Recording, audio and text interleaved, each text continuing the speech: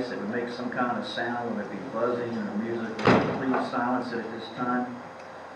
Awesome. The meeting is officially called to order.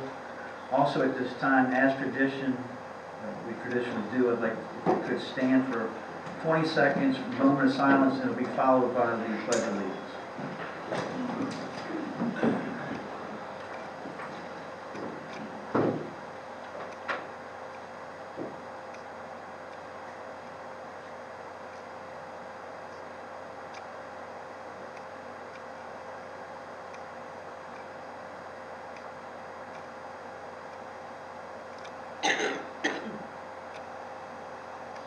Thank you.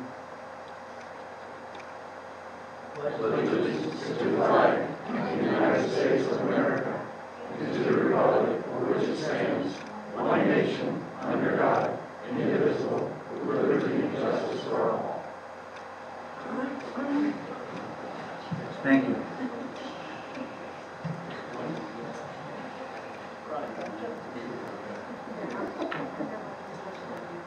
Item 4, any additions to the agenda?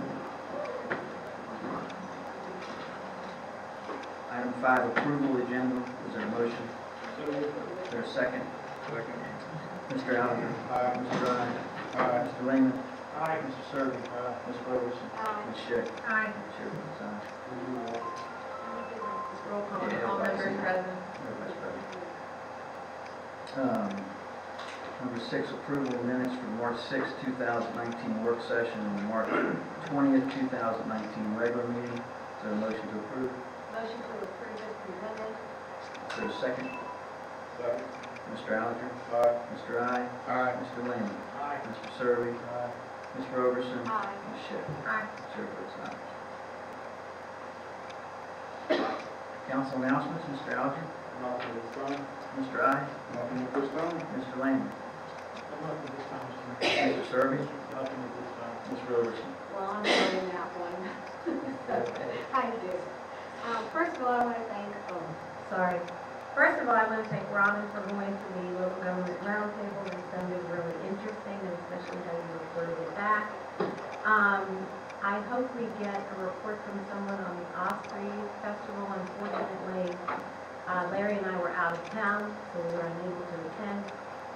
But the pamphlet looked great, the town looked great from when we got in on Sunday. So I had a very enlightening experience on decals yesterday with Adam and Jasmine, so I appreciate their input on it, and I think that is one of the things that we may need to discuss on the meeting. And then, are we going to get an update on the no wake zone that I've gotten phone calls on? Sure. Could we? Thank you. I think maybe do that as well during the council announcements. Okay. Thank you. Ms. Schick? Sure. Just a couple quick things. One is that I did attend the Regional Local Government Roundtable last Wednesday in Tappahannock, which is hosted by the Local Government Advisory Committee to the Chesapeake Bay Executive Council. A lot of how each locality is sharing their concerns about the quality of the river, the Chesapeake Bay, how the Chesapeake Bay Act affects our residents and our government, and just a roundtable discussion. Kilmarnock was there, Irvington was there, Caroline County was there, staffers was there, everybody. It was a lot. King George hosted it, even though it's in Tappahannock. So King George was there, talked about their issues at Fairview, and there also were opportunities to find funding for stormwater, for shoreline erosion, for living shorelines, and other kinds of programs that affect the bay. So making points of contact there was good. I don't know where it'll lead, but I think that John Bateman from the Northern Extended District is going to maybe reach out to Rob or Allison or both after that meeting. So look out for them. Also, the Save the Bay Day is June 1st. I know this is early to be excited about it, but recently we have been working with the Chesapeake Bay Foundation to form a community oystery this season. So we are trying to find a location for that right now, and I am discussing possibilities in that email I sent out to council about where to locate it, where we can most, where one, it will survive, but two, it will also educate the most people. So because a lot of it is signage and helping the public understand what a oystery can do for the environment and things like that. And the third thing I'd like to announce is the prescription discount card program. There are these little pamphlets when you walk into town hall. On the left-hand side, you would walk right by them if I didn't point it out, but on it is a little card that you can punch out, and it's a discount card that works at CVS, that works at Rite Aid, that works at Walmart. And because we are now signed up through the National League of Cities to a nationwide discount program for prescription drugs. So I can't promise you it's going to be a huge discount, but it says it averages 24% off retail price. So please, if you're a resident of Columbia Beach, you qualify for this card. You don't need one per person. You can take one for your family and use it for your whole family. But we have at least 500 of them sitting at Town Hall. You can also download one and print it at home. And so I will also put the link, after they put the link on the town website. So you could print your own at home if you can't get to Town Hall. So please do pick one up, try to use it. Let me know what the discount is. I'm currently not allowed to take a lot of medicine, so I don't know, but hopefully it is something for people. Can't hurt. It's kind of like your MVP card. You use it along with your insurance card and stuff like that. So it's not new of it. Oh, and it also works on pet prescriptions. Well, yeah.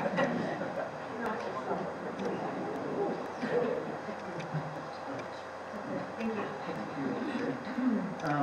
Thank you, and I'd like to quickly say thank you to all the participants, volunteers, Joyce, of course, for putting together. I thought it was a wonderful Osprey Festival for the first one out the gate. I see tremendous growth potential with that. Very well organized as well. The weather was a little uncooperative, but at the same time, it held off enough, I think, to get the gist of what was going to be planned and what can be moving forward, which is awesome. I learned a lot, as a matter of fact. Of course, we've been living with these birds for a very long time, and I didn't know a lot of facts about them, so looking forward to next year as well. On your request, Ms. Roberson, as far as the wake zone goes, the buoys were put in place last week. They are in place. They were put in place right on the line that delineates the county from the town property. Currently, we're still working with the Department of Game and Fisheries, pretty much every minute on it. So we're going to put them here for a little while. We may do some fixed signage as well, a little more media as far as they're there. Although it looks like social media did a pretty good job of telling everybody that they were there, from what I could see. So far, I haven't heard anything negative. I've only heard positive from a couple marine owners, including Winky Doodle over there, myself, Bill Bowman, Kyle Schick. So I haven't heard from the county side of things, but it is what it is. We have a right to do what we did. We went through a process. We had meetings after meetings. It's been going on for 2 years. We created an ordinance. We did public announcements. We gave the public an opportunity to come and speak. And we felt as a council, and I still feel today, that it's the safest thing to do. It also is protecting the erosion on our side of the creek, which has been a huge problem for us. And I think Ms. Schick can speak on the hundreds and hundreds of, maybe millions of dollars it would cost to remediate the shoreline. So this is just a couple small steps to try to help that moving process. Steve? I just wanted to let everybody know the history of the no-wage zone. It was not something that was initiated by council. A group of marina owners and property owners on the Colonial Beach side of Monroe Bay got together 5-6 years ago, I think it was, and initiated this program and brought it to the council. It's not something we dreamed up, which I think the social media feels is the case. This was something that was pushed for and asked for by the marine owners and some property owners on that side. So again, there's a lot more history and background to it than just what you read in social media. And one point I think that everybody needs to understand is whether there's a wake zone there or not, everybody's responsible for the wake of their boat. If somebody comes blowing through and the boat throws a wake and somebody falls off, hits their head and drowns, the boat owner who came through throwing out wakes gets sued. So, and one other thing that did kind of kick it a little bit is when the person killed on the jet ski, a couple years ago out here. So this is not just a, marina owners want to do it thing. This is public safety, it's environment, it's a whole hodgepodge of stuff. And so I hope everybody will take into consideration some of that instead of just what you see on social media. Thank you, Steve. Presentations, I have 8. Should we move down to the schools and the supervisors and let them do their thing before we go to citizens tab A? Okay, let's do that then. I'm gonna deviate a little bit from this. We're gonna move down to Potomac Beach schools. They're not here, they have a meeting. Okay. They have a meeting of their own right now, and I expect that they will be here later on, but I don't know for sure. Okay, thank you. Larry, Westmoreland County Supervisor. Good evening, everybody. Bad news and bad news. Last Monday night, the County Board of Supervisors, the majority, not this one, decided to have a 2-cent tax increase. The 2-cent tax increase will go for the contingency fund for the county. The reason they need it is because by law, you have to have a certain amount of money sitting aside by state law, about 15%. We're real close to that, the county is, but they wanted a little more because the last thing they want to do is ruin any chance to get the 4.25, I think, interest rate for the new high school down in the county. And that should be going out to bid here. Well, they had a pre-bid meeting today. It's all drawings are done and this and that, so that'll be going out to bid.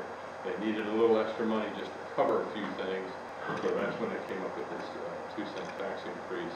So it doesn't jeopardize the work they've already done, the trips to New York and everything to get this low interest rate on this $40 million project that they have. So get ready for it, it's coming. Whether I vote yes or no, I'll probably vote no, but the rest are going for it. Second thing is in that budget for the public hearing for this budget is Monday at 6 o'clock in my office at the building. The problem I have is that the Sheriff's Department was $37,000 over budget in overtime because of events. The thing that happened last weekend at Drag Strip, the Potomac River Festival, the Montrose thing. So the suggestion was made that the Sheriff's Department charges the people for having events. Now the sheriff is not in favor of it. Some of the board members are trying to push for it to make up this. My suggestion is going to be is if you're going to raise taxes, take part of that, set it aside for overtime. But I think we really all need to go down there Monday and express everything. We did get it moved. They were going to start it immediately this summer. But so many things already scheduled, it might put a damper on some of the events. So it got moved to January when there really isn't a whole lot going on. And start fresh from there. But I'm not I just think that's wrong because you're really penalizing the only two towns in the whole county. That's Colonial Beach and Montrose, because they have their fall festival and all kinds of stuff too. And that's where everybody goes to these festivals here and down there. I don't know how that'll play out, but if they hear from you, they might have a second opinion. I'm not crazy about that because I could see some little thing going on and they might have to cancel it because they can't afford the sheriff's department to come in and the police department. And I guarantee you, if the sheriff's department starts charging on the bigger events, the state police will start charging too. So it'll be a snowball effect. And it's going to be a shame if that happens. So, that's about it. Like I said, bad news on bad news. Any questions from you all? I'll be more than happy to. Question, I have not been following the financial part of the school that much. Are y'all getting matching funds from the Virginia Department of Education on that project? You don't get it from them anymore, but and I say he is, it's Mr. Rasavi has done some real creative things, such as, all but the football field. All the new fields going in, soccer and baseball and softball, will not be the schools. They will be Westmoreland County Rec Departments. And we got an awful lot of grant money to put those in. Now, the school will have priority over them, but they're there on the same site and ready to go. Things like that he's been able to do, and some grants to bring in. I never realized how, I probably turned it off. I never realized how much it costs to put a road in. You're looking at hundreds of thousands of dollars to put an entrance on Route 3. And we have some, there's no, when I say matching grants and things like this to help put that in. But it is very expensive. If you haven't heard lately, the newest thing is that when you design a school, mind you, you have to have engineers look at it, architects and all that. Now you got a third group that has to look at it for safety. You have to have it going over to see how well it can be protected and things like that. So I can tell you, first time we saw the plans, glass everywhere. This time around, It's like a prison. not enough good. There's very little glass, which I knew wouldn't be in there. You know, that had to come out. So we're doing everything we can to make sure. And like we did, we bought the property 5 years ago and slowly paid on it. So that's taken care of.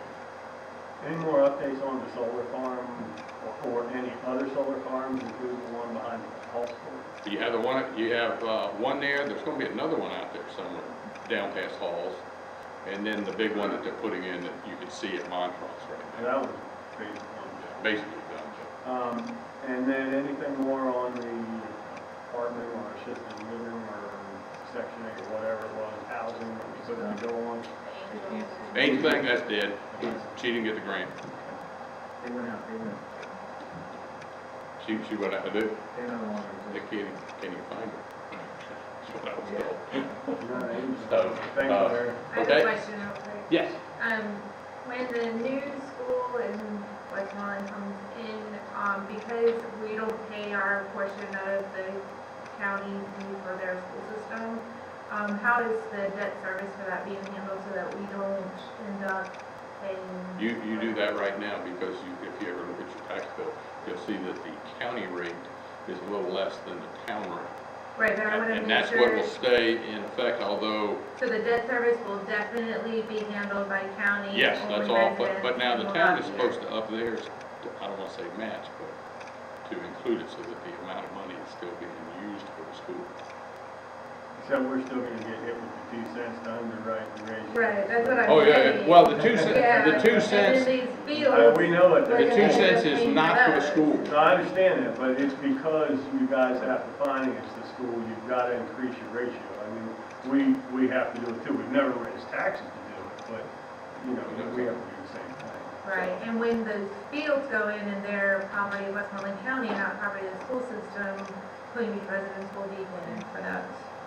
Yes, because you're part of it, yeah. And Little League can use them and all that, that's what they're designed for. Yes, that is very commended. Yeah. Saves a lot of money, saves an awful lot of money. Yeah. Mr. Wasabi's very sad. Yes, he is. Yes, he is.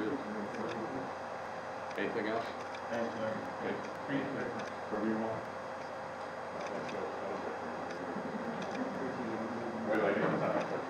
Thank you all very much. Have a good day. Planning Commission? I'll be giving that report tonight. The Planning Commission is working on the food truck vendor ordinance per the town council request. That's become top priority for text amendments. They are also working on the comprehensive plan. They're working on chapters 1, 2, and 3, statistics, and chapter 2 is land use. On Thursday nights, they're having comprehensive plan neighborhood meetings from 5:30 to 7 at Town Hall. This Thursday night is the point. Although we welcome anybody, any citizen, and any concerns, issues, anything they would like to speak about. And then we are also working on implementation and goals, objectives, and strategies. We have started working Tuesdays, Wednesdays, and Thursdays from 3 to 4:30 in Town Hall on that chapter 3. And everyone is welcome. Everybody's welcome to participate. It's hands-on. So thank you very much. If there's any questions. I've got a comment on the food truck thing. I was looking on websites to try to see if our roads were considered town property in the sense that food trucks could operate on them. And it seems that in 2015, Governor McCauley passed or approved the law or whatever it is to allow food trucks to operate in the VDOT road. The only problem is VDOT never wrote the regulation of the ordinance, so it never got into the code. I did see, though, that Fairfax County has done something. It was very diluted and hard to follow, but again, initially it says the state allows it, but it said in the approval that VDOT had to write the ordinance and so forth, and then it has never been written. So I thought that we maybe had an opportunity there, but it doesn't seem to be that case. And also it answered my question about whether we could consider the roads as town property for vendors or concession trucks, and it doesn't seem to be the case. I would say we consider VDOT when we own our roads now. All of our roads are still VDOT roads, even though we own them, and all have to meet VDOT They specifications. would meet the VDOT spec. They're under all of the requirements of VDOT are still something we have to work with. Mr. Mayor, may I add to that? I did talk to VDOT today about that issue, and they said that there is a mobile food vending permit that they have come up with. And it was exactly what you said for Northern Virginia localities, but every locality can take advantage of it. It is a permit that is actually given by VDOT to the locality, not to the private entities. And so I'm trying to get more information on that. Because I couldn't find it. And maybe it's so new that we hadn't gotten into the recent update, but maybe it's a separate thing in their hands. Like I said, I know Fairfax is doing something. Somehow they got something. Fairfax. Yes, and so VDOT said that they would send me that permit application. And All right, well, maybe we get some. Oh, there was one thing I did see that was a huge problem. It said in the approval that you had to be adjacent to the 5-foot sidewalk. You had to serve from the 5-foot sidewalk. they did mention something about That's that. a problem. Yes, I asked for if there were any specifics that were required, and they did mention ADA, but they didn't say, And that was just in one of the articles. It was, about the approval, but it wasn't an ordinance or anything, but it said that there was going to be a requirement for 5-foot minimum wide sidewalk that the vehicle would pull up against and serve. So we don't know if that's actually a permit. Well, actually, I saw it in the Fairfax thing, so that may have been part of it. We'll find out soon. But that was the only Yes, I might even caveat have it. that looked like it could be sticky. Is that Mark? Well, it won't be speaking for No, I couldn't get hold of him. We don't have We'll any. never have 5-foot sidewalks, so. And man, it'd be dangerous to park next to one of our sidewalks anyway. Yeah. Okay, thank you very much, appreciate that. Downtown Point Beach, Joyce?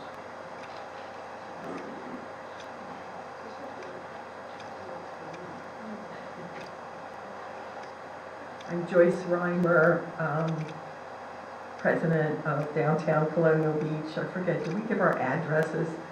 No, okay. Would be a good thing. Anyway, we had a very successful inaugural Osprey Festival, received a lot of positive reviews, and maybe actually made some money out of the gate, so we're pleased with that. We were in the black the last time we looked. And also the scavenger, the raffle of the Osprey mosaic did very, very well. And so that's a big contributor.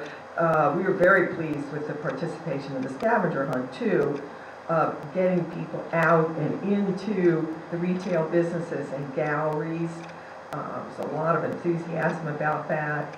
And I think we attributed that to the wonderful prizes that were contributed by Riverview Inn, Night There, gift certificate at Denson's, Flag Brews at the brewery, and then Wilkerson's $50 gift certificate, and then some designer jeweler from Andrea Clement. So people wanted those prizes, and they were gung-ho.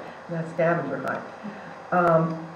And it was also got some good publicity, big article in the Fredericksburg paper, 2 articles in Westmoreland paper, and it was also a further example of the power of collaboration, as all of the major nonprofit organizations had a hand in organizing the event, and it benefited from their creativity and experience a lot.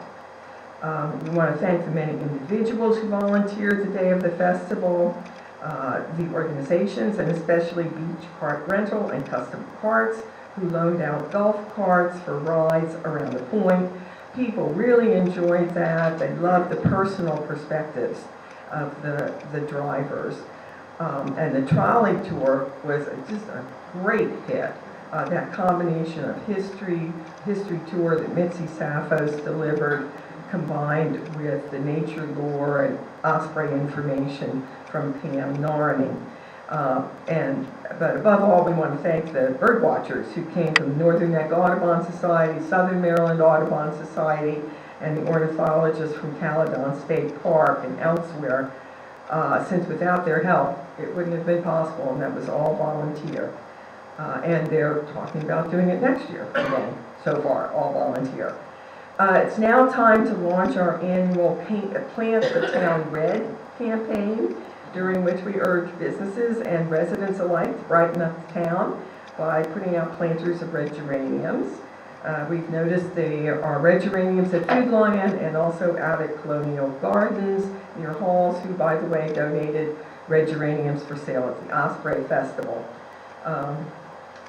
We've also got a mural project that we're still exploring. We'll update you on that later. Yesterday, I attended a marketing seminar run by Virginia Main Street in Hopewell, Virginia. Got the chance to see what another Main Street community is doing, and we didn't look too bad comparatively, so that was good news.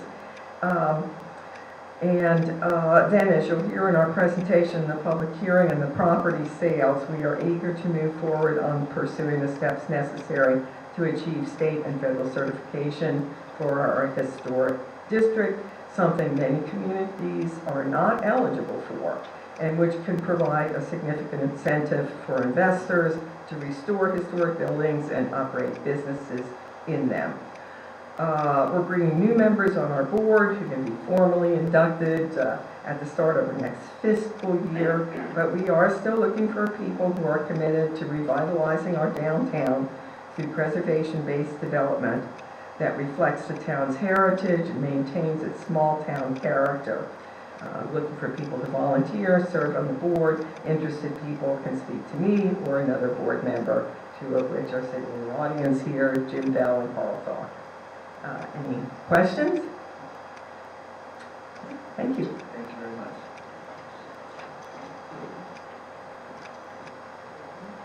Susan, Chamber of Commerce? Good evening. I think I told you last time I was here that we were going to start getting advertisement in the Chesapeake style, and we had our first ad in the style this past month, the April edition, and it's our event calendar, and this goes out throughout the whole northern neck, into Williamsburg and into King George. So this goes out in all those places. In this particular edition, in the past, Colonial Beach hasn't had much of a presence in this, and this edition we've got three articles, if you will. One is on the Riverview Inn, and it's a whole one-page article on it, and the other is Playground on the Potomac, and it's about the garden tour, the Garden Week, and Colonial Beach's participation in the Garden Week. So we're hoping to get some more local folks into, not local to Colonial Beach, but local to the Northern Neck, to visit us here at the beach. The Art Walk this month, in honor of the Osprey Festival, excuse me, was bird themed. We had two artists, Carlton Taylor and, or Taylor Carlton, did I say that right? Taylor Carlton, and Don Whitmore, who had bird themed art there, and it's still there now. And Taylor's art, actually, all proceeds go to a nonprofit for kids called Icy, so she's donating all of her proceeds. And both ladies sold, I believe, 3 pieces each during the art walk. So that's a pretty nice result for them. The Chamber supported the Osprey Festival this year with the golf cart tours, and Marianne helped arrange the scavenger hunt. And we shared a booth with Colonial Beach Foundation on the hill, giving out information to folks who came by. This Saturday at 10 o'clock on Town Hill is the annual Easter egg hunt. And bring your kids, bring your grandkids. Goodie-filled eggs will be available. The bunny will come in on the fire truck, and a good time will be had by all. A note that for many years now, Joan Edwards has brought and given out through the Easter Bunny the White House eggs. And we no longer have White House eggs. So last year was our last year for White House eggs. So keep yours if you have them, because someday they'll be worth even more than they are now. The Potomac River Festival Committee is working hard to bring you an exciting event. The theme this year is There's No Place Like Home, and features red glitter flip-flops. And there's already participation from Dahlgren's Missile Defense STEM program. The Colonial Beach class of 1969 will have a float in the parade, and then we'll be celebrating, I think, at Bayside Marina, at one of the marinas afterwards. And we have State Park Service representation as well. And rumor has it that the Edna Lockwood, which is a Chesapeake bug-eye and the last working oyster boat of her kind, will be moored at the town pier over the Potomac River Festival event. Last word was maybe coming in the 5th or the 6th and staying through about the 10th. And they'll be doing tours on it as well. So that's going to be a wonderful addition for the town and for the Potomac River Festival. The Bike Fest Committee is active now and is excited about several new participants, including t-shirt, patch, and leather goods vendors. The April Chamber Chat went out on the 1st of April. The Chamber is working with WWER 88.1 We Are Colonial Beach radio station. And the actual radio station will be located in the Chamber for at least the first 6 months. They needed a spot to house the equipment. It's not going to be, you're not going to have live radio through there. It's just not going to be enough room. But it's going to start it off and give them a place to be until they can find another place that's a little bit bigger. Just an FYI, as we go into event season at the chamber, right now I work 3 days and Sally, the event coordinator, works 2. We're going to probably switch that up some during the summer so that since there's a lot of work for events during that time, she'll be working 3 days and I'll be working 2.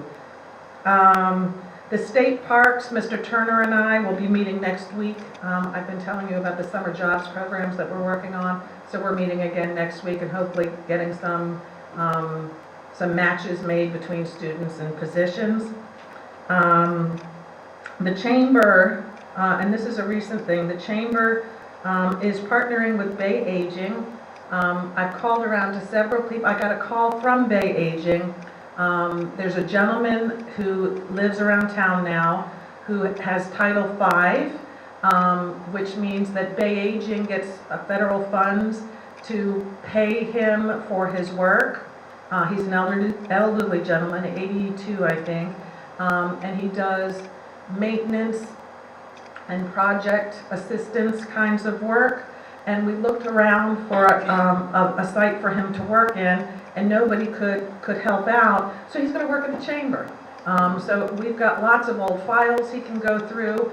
He might be able to help out with events, but we're working with Bay Aging and him. So now we have, although the pay and insurance all come through Bay Aging, so he's technically not an employee of the chamber, but we'll have 3 people working in the office, so that's kind of exciting.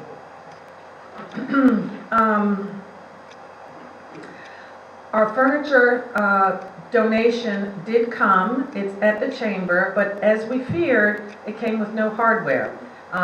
So it's now still in pieces in the back room while we contact the manufacturer and try to find the appropriate hardware to put it all together. And hopefully that will be soon, and you'll see a new face, a new, more modern face to the chamber. And that's all I have. But thank you again, as always, for your support for both the town and the council. Any questions?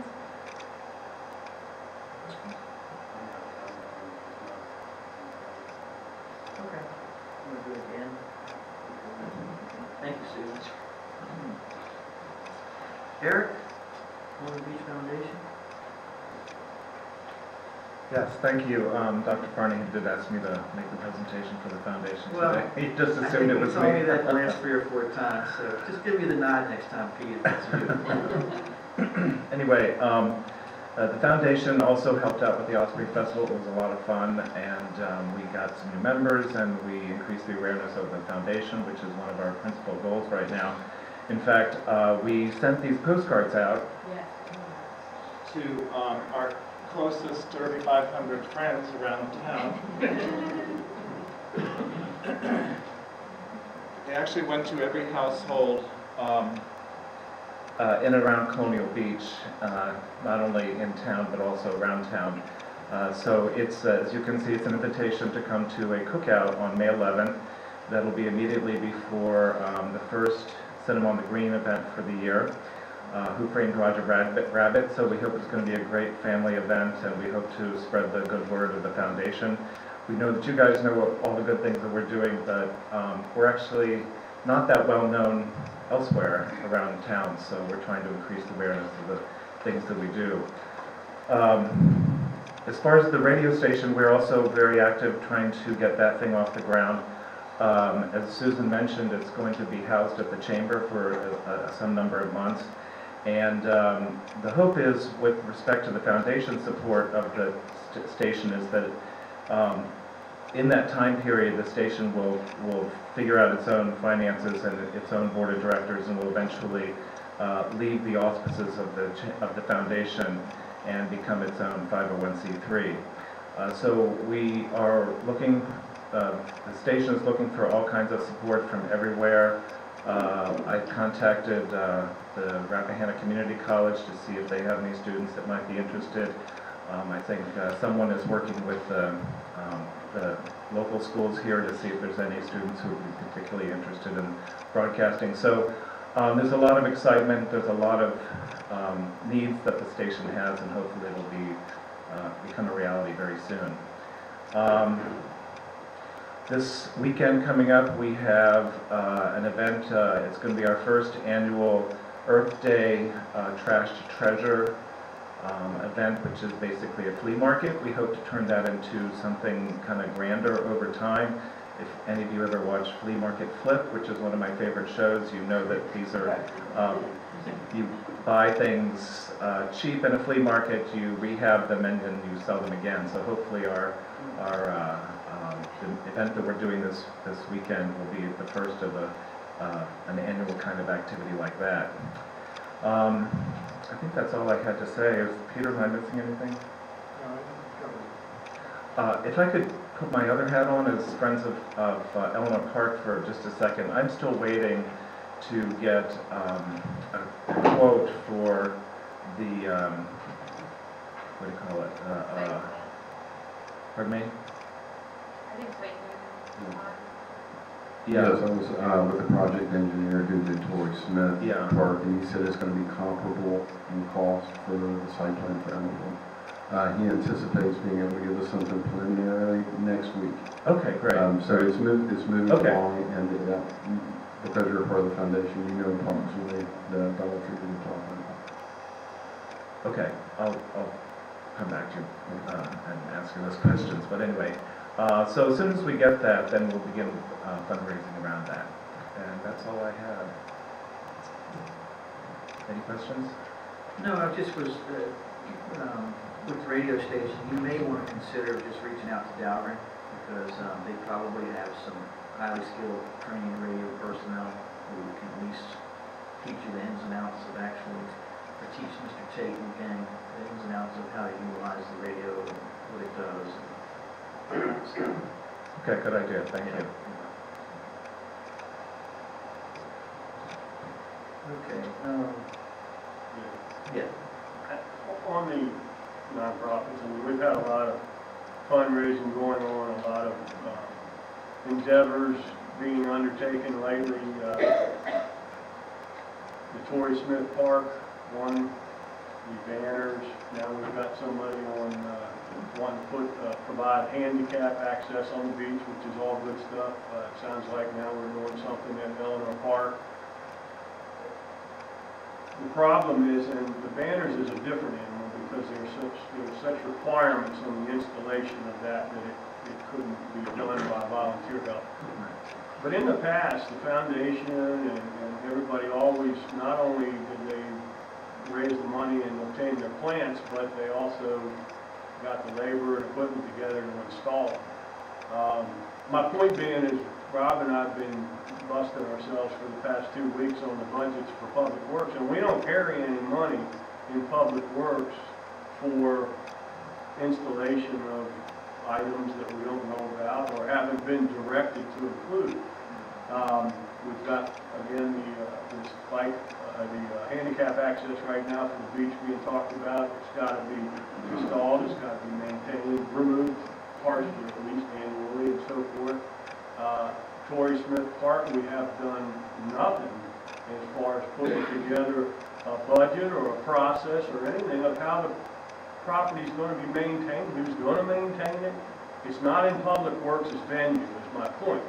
And I don't know what all the nonprofits think is happening, and I don't know what all the council members think is happening, but I can tell you that the staff knows that we don't have anything right now. And while I think it's wonderful that we have all these endeavors going on, we're not completing the mission if we don't plan for the maintenance, upkeep, installation, removals, whatever needs to be done annually or what have you, or seasonally.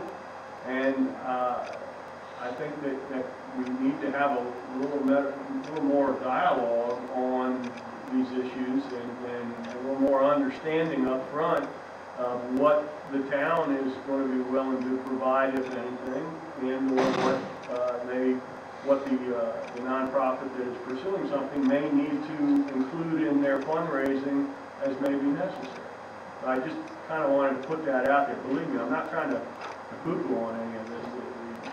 endeavors by nonprofits have been fabulous, and the town couldn't do a lot of things that are being done without it, but we've got to kind of complete the thought process on a lot of this, and the Torrey Smith Park, I think, is one that's really sitting in our lap right now, and nobody knows what to do. That's for council and the NGOs.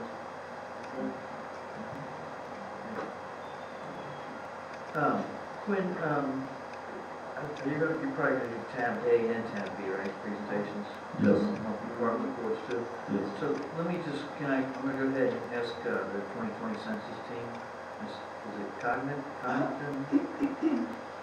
do I say it? Team of one.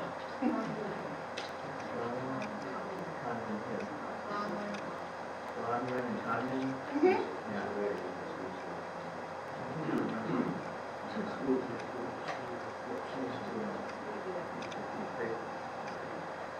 You're a familiar face, by the way, right?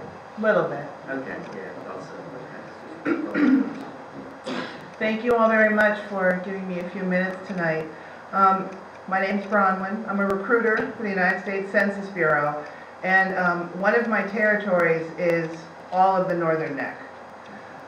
So I'm starting with Colonial Beach. I came, I guess, last week, maybe the week before, but I go all over, including St. Mary's County and on up into Williamsburg. So as a recruiter, I do just what that title implies. I go around and I look for people to work for the upcoming 2020 census as enumerators. In addition to that, I also go around and I speak at community events and in schools, trying to educate people, first of all, about what the census actually is, and how important the decennial census is, and how important it's been since 1790, when it first became the mechanism for establishing how many representatives municipalities had. From the perspective of a local community, the census is a wonderful opportunity for employment.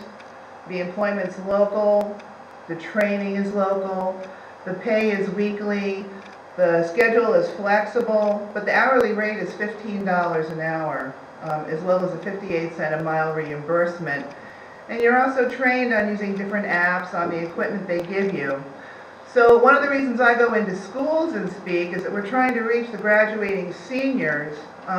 This is a fabulous opportunity for them, because at the end of employment with the census, they have the benefit of a successful federal background check.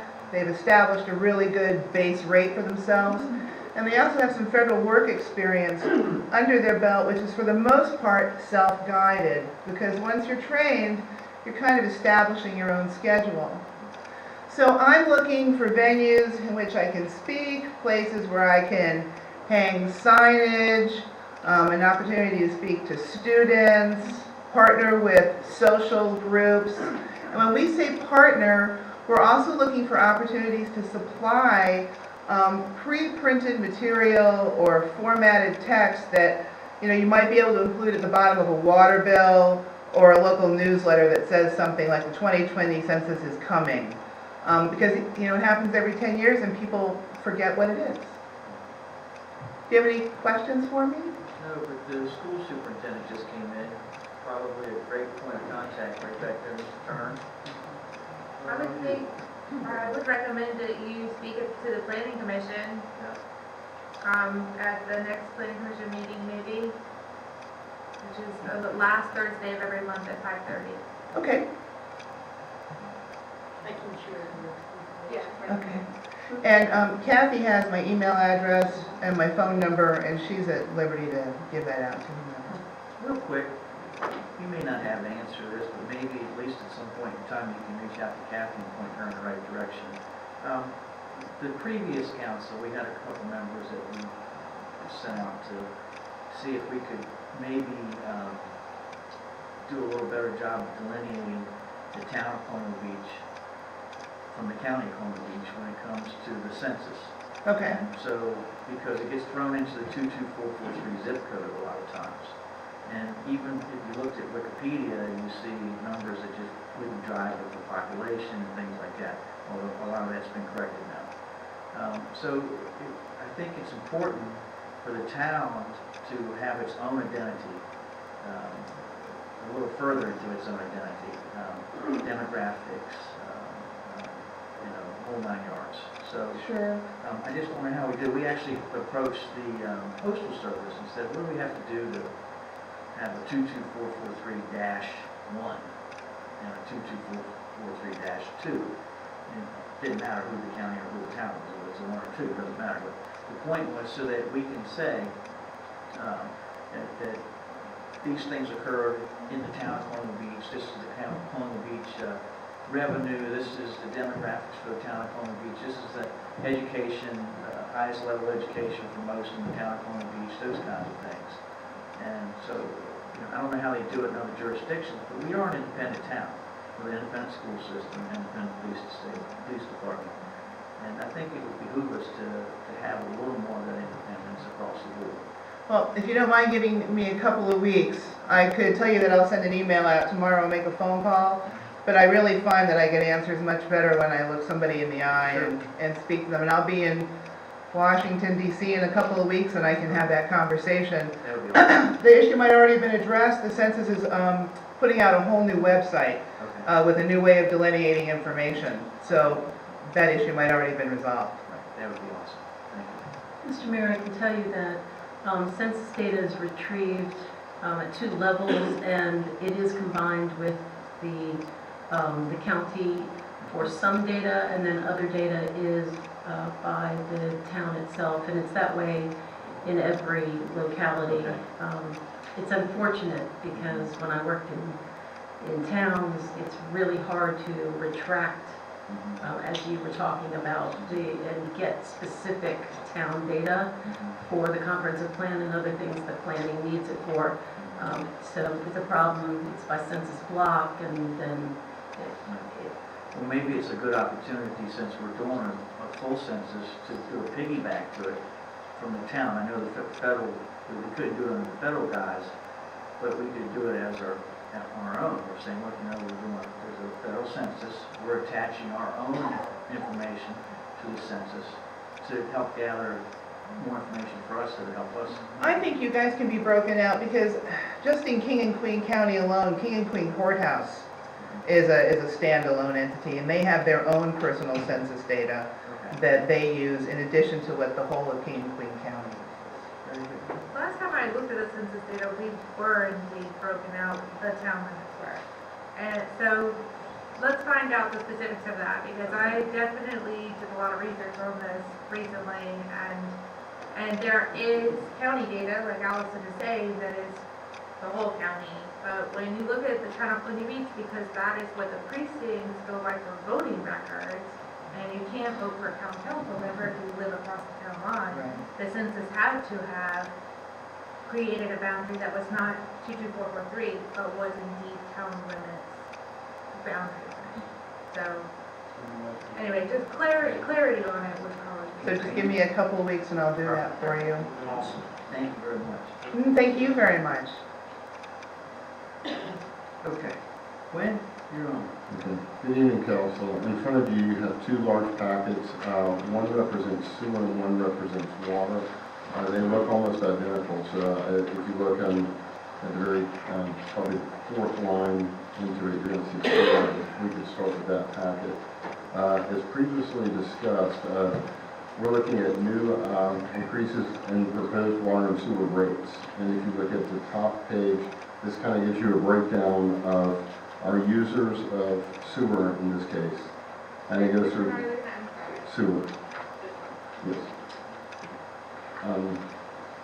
So if you go across, the first page is pretty self-explanatory. It gives you the type of user, whether it be commercial, residential, nonprofit, all the way down, the number of customers, the revenue associated with it, and the rates that exist. If you look at the top right of that first sheet, you can see the proposed FY20 rates, and I will get into the logic and the methodology to come up with those numbers. In both water and sewer packets that you have, you're going to see the proposed rates for both water and sewer for your point of reference. So I just put that in there for us.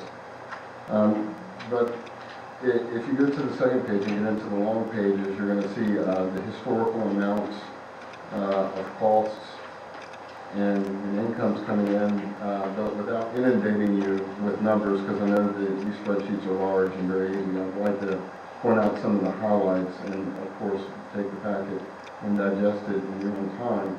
But if you notice, in previous years, there's been multiple line items to where there was a separate contingency, which we have taken out of FY20, and that's going to mean something here in a minute. We took those contingencies numbers out because we have to represent it differently. The way we were doing water in the past was inaccurate. So what our water and sewer requires is its own entity of money. It's its own separate pool of money, if you will. And it has to be self-sustaining. In other words, the water rates have to cover the cost of the operation itself. In addition to that, we have bond requirements and financial requirements that once we identify what our operational costs are, we have to have a 20% above and beyond, which creates cash reserve. And what that cash reserve is for the contingency. So if something were to happen, as equipment gets old, the water plant ages, we're going to have to replace equipment. As you can imagine, in both water and sewer operations, those are pretty pricey pieces of equipment. So what this all means, if you go to the last page in the sewer, and in the sewer document, you're going to see the total revenue from the sewer operations, and you're going to see a number there which is net income, and that's $436,064.09. And that is where you find your traditional, what has been placed in previous years, your contingencies. The rates that we were proposing allow us to hit that 20% requirement, and those are the monies that 20% requirement creates. So the theory behind it is that something's going to happen every year to where you might need to go into cash reserves, but you should never come close to the 400,000.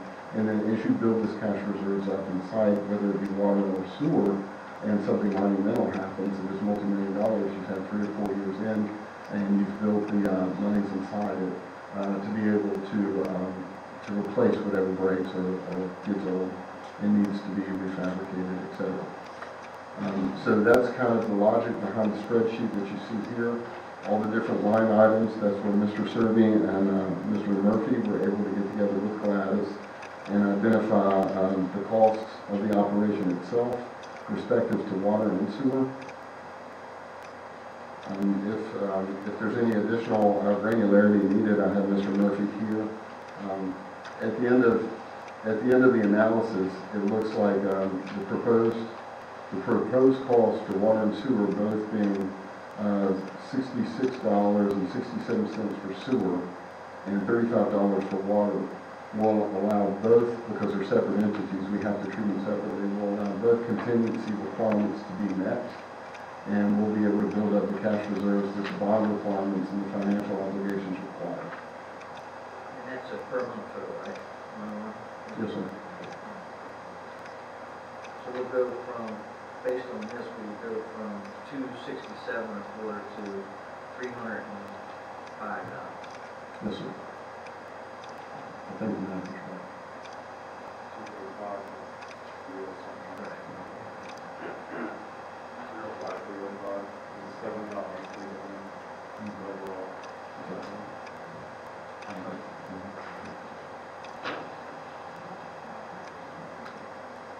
And this will give us the 20% cushion that's required by law. One thing on that, is that, so as we take on more bond debt, which we will have to do eventually, I mentioned, we're going to partial way through the sewer replacement and water line replacement. When we do that, does that 20%, is that part of that bond amount? Like in other words, if we're doing $7 million worth of sewer work and water work, are we required to carry 20% of that amount?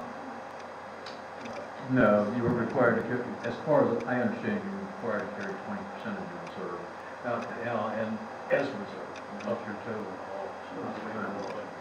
Right, okay. You know, and anything over you can certainly put in to reduce your bond requirement, But you still got to maintain it. but you still got to maintain what, you don't want to go below. Yeah. One interesting question, and that's if you know the answer. Would that 20% also go toward our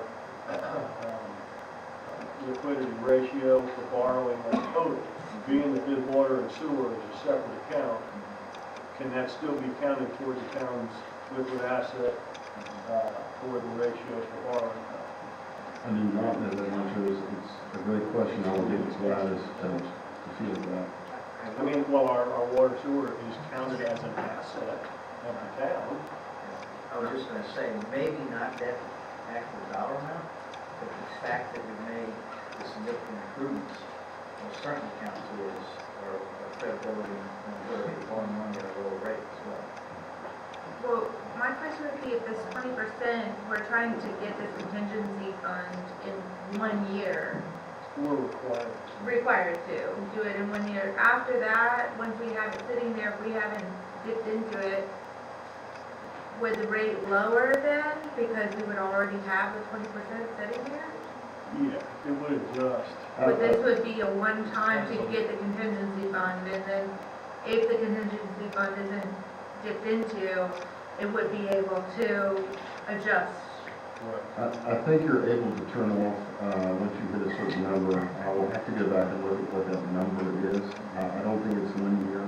I think it's probably multi-years before we hit that number, but there is an ability, once you reach that threshold, that you don't have to fund it. Now, mind that every year, wastewater treatment plant is going to go to that cash reserves and use a portion of those monies to not affect that operating budget. So it's normal for it to dip into it on a To get regular into it every year. basis? And that's kind of the design of it, that they believe that 20% will cover that and will not throw your operating budget off as a whole. But this increase is a 30% increase. For the rate cost, yes. So that's the 20% for the contingency fund and an additional 10% because Just costs have operational just cost. gone up. Just operational. Last year, we presented a similar cost rate increase that council had purview over. It just, never passed it. So this is pretty familiar. We knew those numbers were going to be where they're at in that vicinity. Now, in the past, contingencies were carried actually in water, sewer, and wastewater treatment as line items in the budget. We've taken all of that, I see. and it is Will replaced that by the, free up money in the budget well, to, it's out of these numbers. We pulled it out prior to this being pulled. And we pulled out items that we understand are able to be spent as out of that contingency. So we did everything we could to go through and eliminate any double ups on contingency and or capital expenditures that would be able to be paid for out of the 20%, so that there theoretically was no double ups. I think in the past we had some double ups, not understanding things quite as well. But still, to answer the question on whether it stays at 20%, like last year, it was at 10, and we had not gotten it up to the 20, so we got to get to the 20, then we can adjust it, but we still have to forecast potential expenditures in adjusting the percentage each year. well, once we adjust for the inflated rate of cost at 10%, the 20% is for the reserve, then we don't have to continue adding. All we got to do is keep adjusting it to Right. maintain the 20% going forward. Okay. Yeah, unfortunately, the cost of the chemicals and everything else that we work with don't go down in price, so it couldn't continue very well. And then some of the things don't have to be done every year, like we're looking at a silica change possibly this year, and that's like a once every 5-year thing, but it's a big item. So you're trying to spread it across instead of hitting it all in 1 year. Well, if the county share or capital improvement were to come into play, would that not be able to be a part of that contingency fund? We looked real close at that and had a lot of conversation. We are pushing to make sure we get that. Right now, we're not getting it. So this is assuming we're not getting the county That's share? correct, because that history tells us that And it if we do get the county share, we could, If you have the expenditure, we have to spend the money. if you have the expenditure of some of that, which I anticipate there will be because of capital equipment needs, at that point, the percentage will come from But so in other words, if we go out and spend $100,000 on an upgrade to wastewater treatment, we have to spend it, then we take that proof of cost and everything to the county, and they're supposed to reimburse us 20% of that, okay? That hasn't really been happening. That's a separate 20%. That's the It's a separate- contractual yeah, 20%. exactly. That's not the contingency 20%. It's a revenue. Right. That's a revenue Just back wanted to to us. make sure we were clear on that. And we did not count that this year because, and it hasn't been counted in the past because we have not been receiving it, but it's something that's being pursued. Oh, they went to use your money. Sorry.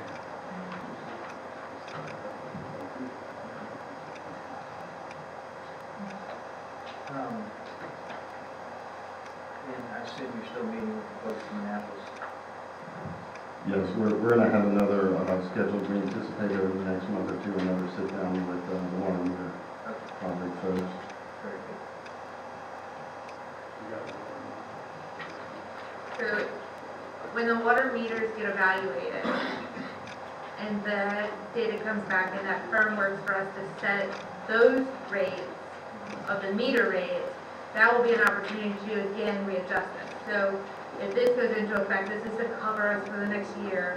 We all know the meters are going to get evaluated and a different rate could most likely will get talked about at that point.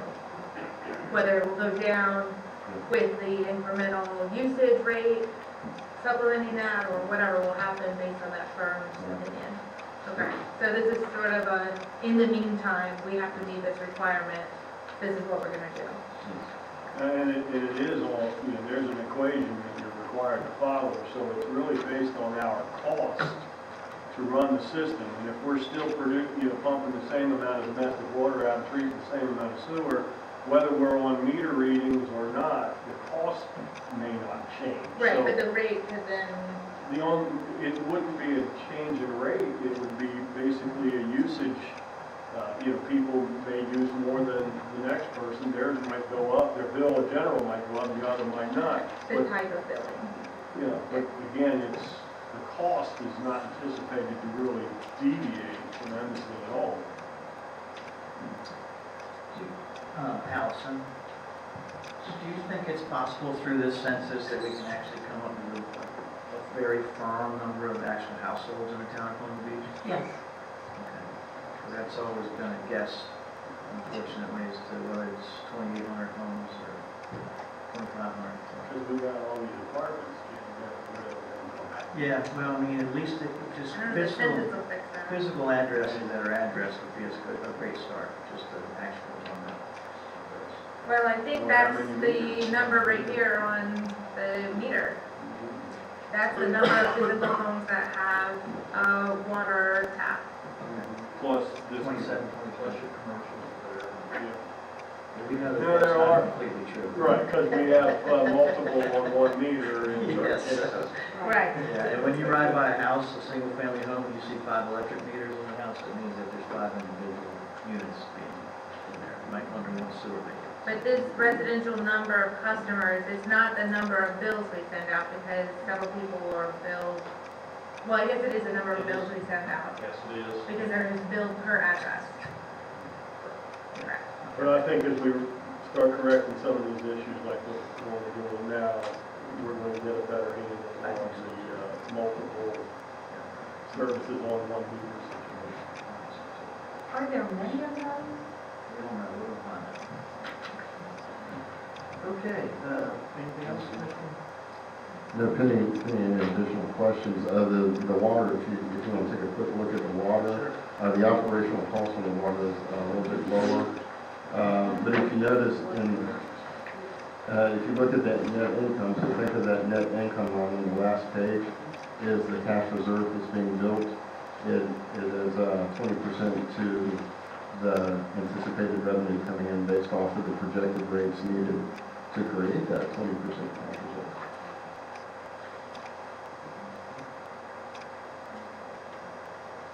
And as Mr. Serby mentioned, we went through with Mr. Murphy, they took out the individual contingency line items out of it and represented it in the school map.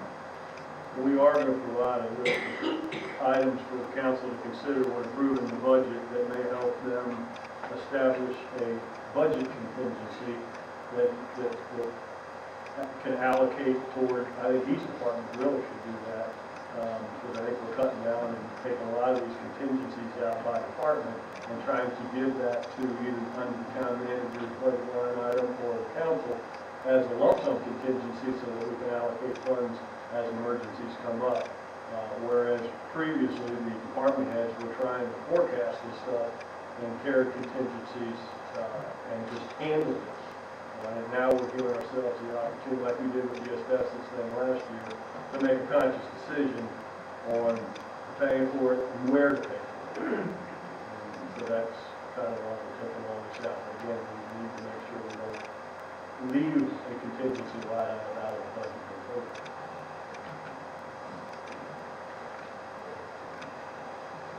So pending any additional questions, I can move into the department reports, beginning with the town manager. Just a couple of items to go over. The Torrey Smith project, I know the weather's been very fortunate to us and fielded many questions from citizens and contributors alike. We're currently in the stage to where we're testing the concrete to ensure that everything is the way it needs to be to standard.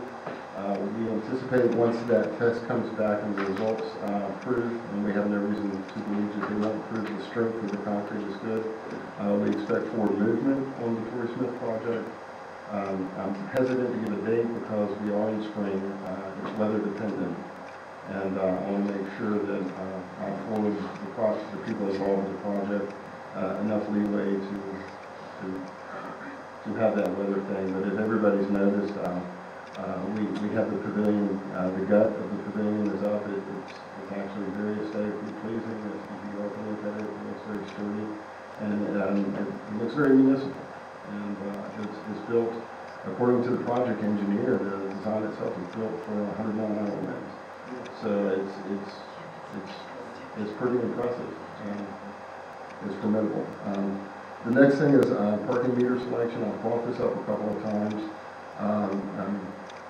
Not to rehash it, but our current meters has a lot to be desired, our current metering system. Mr. Murphy and I had to look through multiple opportunities to replace those meters. We've identified one vendor that we look favorable on, and we believe that would be the way forward. However, after reviewing this week again, what he believes is considered a sole source opportunity, I would be remiss if I didn't have our town lawyer look at it, just to ensure that I feel like that's where the subject matter expertise lies, and I would look for guidance from him.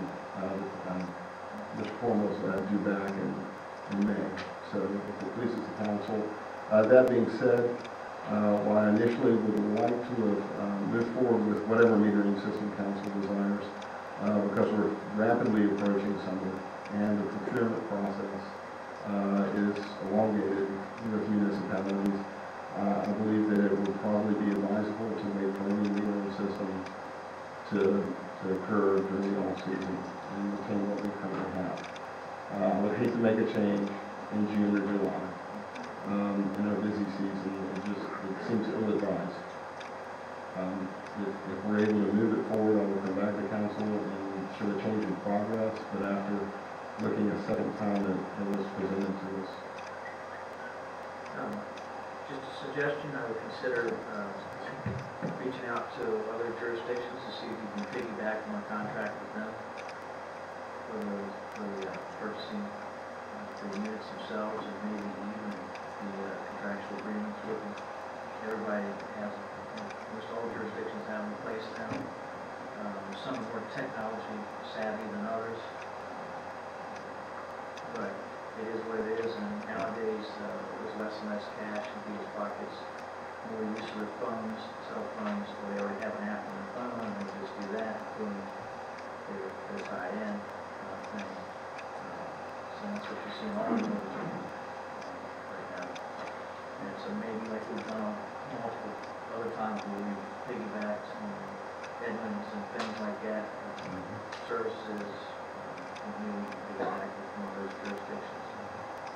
Yes, I met with the vice mayor and I started to explain that this is a great profit center and this is a great way to generate income for the town. And after the lengthy, and I appreciate the discussion, I did want to rush something. This is pretty significant. There's a little bit of cash out there for new meters too, and that made me go back and take a second look. And I would rather not rush it, I'd rather do it right. So. Can somebody give me the background on why we're having to do this? I mean, the system we've got is, what, 7 years old? And it's supposed to have been the greatest thing since sliced bread when we bought it. We took all the meters out in town, you know, that worked good for 50 years. And we spent, God knows how much money putting this system in, and now we're getting ready to throw it out and spend another $100 grand buying another one. I don't understand. I don't know, nobody's ever explained the history. When I was on that side of the board up there were town council members pushing significantly to find other sources of revenue and to increase revenue. And this was one of the solutions for that was proposed. At that time, the meter system that we had two major failures during 2 major weekends. So we lost considerable amount of money considering those parking lots only fill up. And I live next to one 3 or 4 days a year that they're totally full. And so to lose 2 of those very vital income days was a place that the town manager found that we could increase revenue. And that was, he was just trying to do something he's directed to do. I think holding off is the smart decision at this point, and I wouldn't prioritize it, the budget season and all the other things going on, you know, putting a whole lot of effort in it right now, but it's something to keep on the table as we go forward. But that really came from the council pressuring for additional revenue. I mean, my question would be, first of all, if we had 2 breakdowns, I assume that you talk to the manufacturer and find out how to prevent additional breakdowns, especially at extreme times. But my question is this: how is one parking system versus another parking system going to create more revenue when you got the same number of people parking? I'm missing the boat a little bit. And plus the capital outlay. Presentation about the streets and the whole 9 yards. I mean, were you here? Okay. At least I'm lashing I would my just back. get a copy of it. But I still have to ask the question when Rob and I are looking at the cost on this I thing. can answer some of Yes, this. please do. Historically, the regular meters that we had, I remember when the guys would go down there and fill their bags to work on us, and there was dysfunction, to say the least. Second, we went to this new system, and the new system actually was working well for a period of time, and it seemed like that was a good way to go. And then, most recently, it wasn't until really last summer, was when we started running into problems, more frequent problems. And they just so happened to hit on the busiest day on weekends that we had. And I think the frustration came was when the town manager reached out to the company and their software people and said, what the hell's going on? And it wasn't just the town of Potomac Beach, it was other jurisdictions who had the same software, had the same exact problem. So it became a software glitch, is what it was. But they took no responsibility, I think. I don't think they gave us a dime back. It took them their response time to fix the glitch was unacceptable. It was like 4 weeks. I mean, is the glitch fixed now? Yeah, it was a software glitch. Yeah. But I mean, is that fixed? It's supposed to be fixed now. Thus far. But in the meantime, I think when the manager was doing his diligence, I think he found that there were probably some opportunities out there for a little more benefit from a newer system, and also, I believe, more reliability from the software company themselves to, when they make a mistake, they pony up for part of their mistake, if it costs you money. Now, probably not a full dollar amount, but at least a partial dollar amount for what you lost. So, which is, that's acceptable. So they're saying, we've got skin in the game, so we're going to make sure it's right. Where these folks didn't get back to us for days. And it was very frustrating, because I was here one time. I actually went over and I called Rob in the middle of the day, and he sent Chris down, and they emptied the machine again. And that was the second or third time that day that machine had to be emptied, because it wasn't taking credit cards, it was only taking cash. So, Thank you. and that is if you don't think that's a big money maker, that is a huge money maker. Well, I see it as a big item in our revenue, Yeah. I see where we didn't come close to it. Well, we didn't, but part of it. Yeah, we did I it. thought it was year before. We've come ever since we Because started. the- well, we had some It's been- bigger Now, projections. this year to date, we're not there yet, but we're close. But we've had But we 35 had- minutes but of we rain lost too, so, some days. yeah. And we still have the beginning portion of summer to where it's not, in terms of what we should do, we're not that far off. The other aspect of it is too, and I know Mr. Murphy down in Public Works receives his fair share of complaints, but due to the poorness of the machine, during this summertime, staff gets inundated with, hey, I want my money back, I didn't get this, or whatever. So the functionality for the user and the citizen and the tourist alike, there would be some benefit there if we can provide them something that's just a little more easy to use. Yeah, I agree. And thus the newer, I'm gonna say the younger mindset, because a lot of people are using technology across the board today, but really, I mean, it's as simple as pulling your car up and walking up to it with your phone now. It sends a little thing and you park there, I mean, or you have your tag and everything else, so you get an app. But, I don't think we're that far from now, I don't think we need to be. So, I know that when we take money on Town Hill, which I stood up here at the 4th of July, I couldn't believe nobody carries cash. Nobody seems like under the age of 25 carries cash. They all are, go up to 7-Eleven, so they use the ATM to withdraw the money from Parkville Town Hill, $10. Which I thought was interesting, I learned something. Thanks for that. Thank you. Um, Okay. We have a Conroe meeting in May. Plenty Beach is hosting. I'll be giving a brief presentation followed by the Dollar representatives. We're still working the P-card procurement initiative. It hasn't gone away. We've been focused on budget. It's just the nature of the activity has to remain. And once we do get through budget season, I'm going to make a thrust forward on the evaluation of job descriptions throughout the staff. And of course, heavily into Public Works is preparing for our tourist season, so they've been actively engaged in activities surrounding that. Pending any questions, I'll move on to finance. We're continuing to move forward with the Edmunds software. We did have a highlight on Avenue Analytics for council's reminder. That's a company that is going to come in and help identify lost or missing revenue for the town. They've received, after their analysis, they found 200 possible businesses that are operating inside the town of Colonial Beach that they're going to investigate further. We gave them the go-ahead, the green light to continue to look at that. And they're also going to look at the rental properties and see what the dynamics are around that. I'm doing some personal research with finance regarding rental, being short-term and long-term, just because this company, we're the first Virginians to use them, so I'm really pushing the Commonwealth, so I want to do my due diligence as town manager to make sure that what they find is accurate with how Virginia operates. And I know that's also a moving target in the Virginia legislature as well, especially around B&B topic.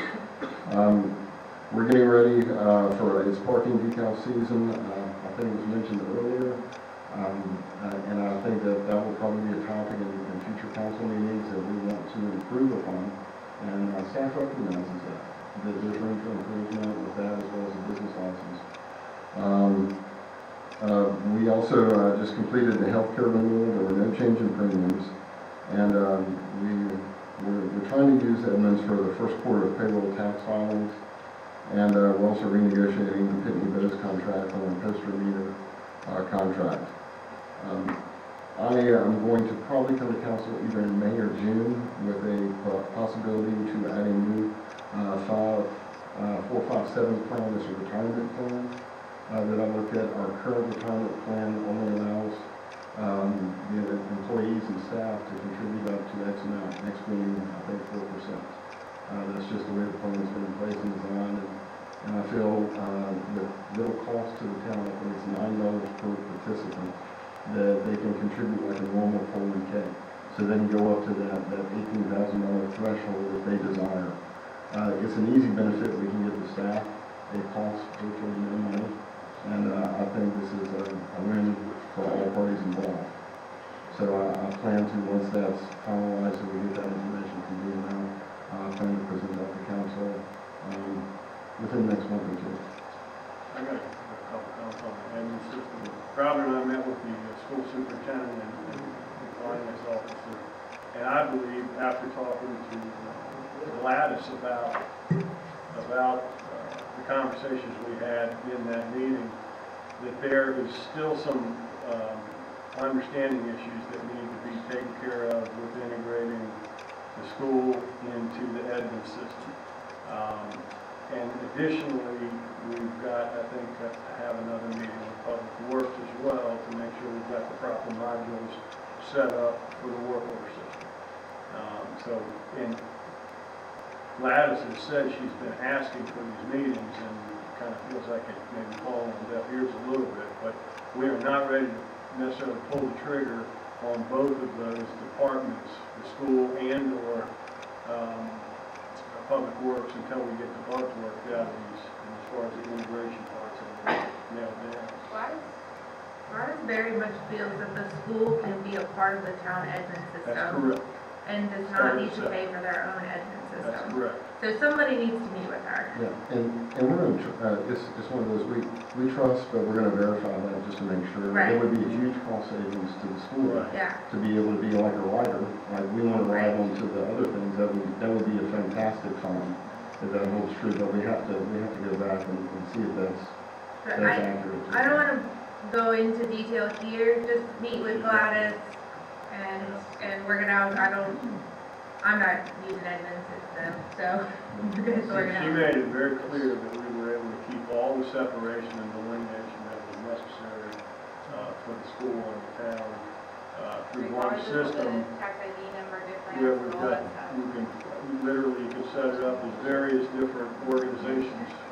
It's just setting passwords, setting security levels, so on and so forth. So, you know, I really think that she's absolutely adamant that we still need a meeting to tie those two together, and then we know we're going to do one more. So fortunately, I have a meeting with Mr. Turner on Friday, and that was going to be a topic of discussion, so we could share that with him.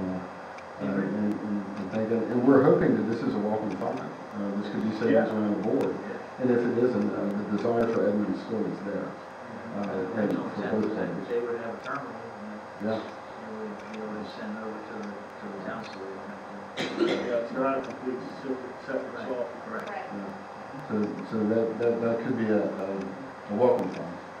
As far as what Steve was saying about the modules for Public Works, I would think that their salespeople would certainly want to come over and go through all the options that you have with that, and as well as training is going to have to be. That's exactly what we're talking about. Right now, what we're kind of doing is making sure we debug the work order system and decide everything we want in it, and then can sit down and say, okay, this is what we would like to do. Can you match up with this, or do we need to tweak it a little bit to fit your module, and then the training and all that? And so it's in the requirements identification stage.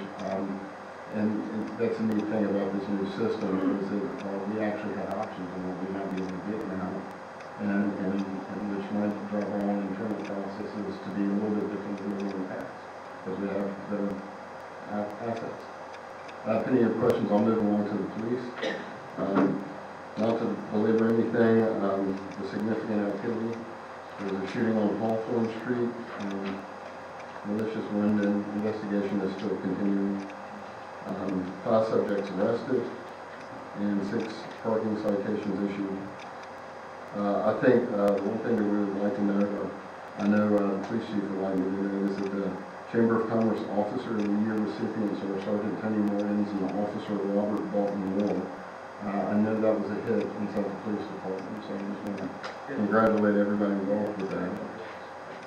And the police department's also got 2 new hires, Connor Julians, I'm going to mispronounce that name, Jernigan, and Officer Long Rowlett, part-time. And we're slowly getting the police department up to the desired staffing level that it requires.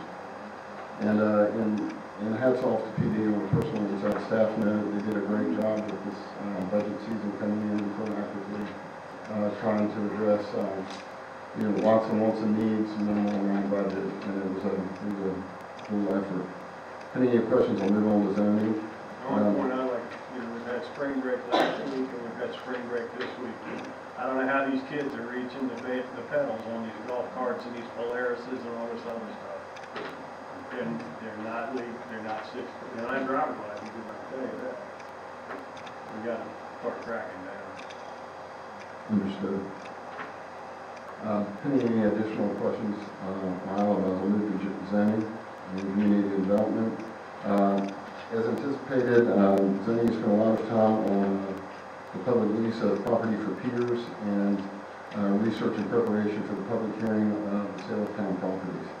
As you can see on the code compliance front, we have 30 violations, court actions for inoperable vehicles, and there's still a focus on Potomac Avenue with the Blight Initiative.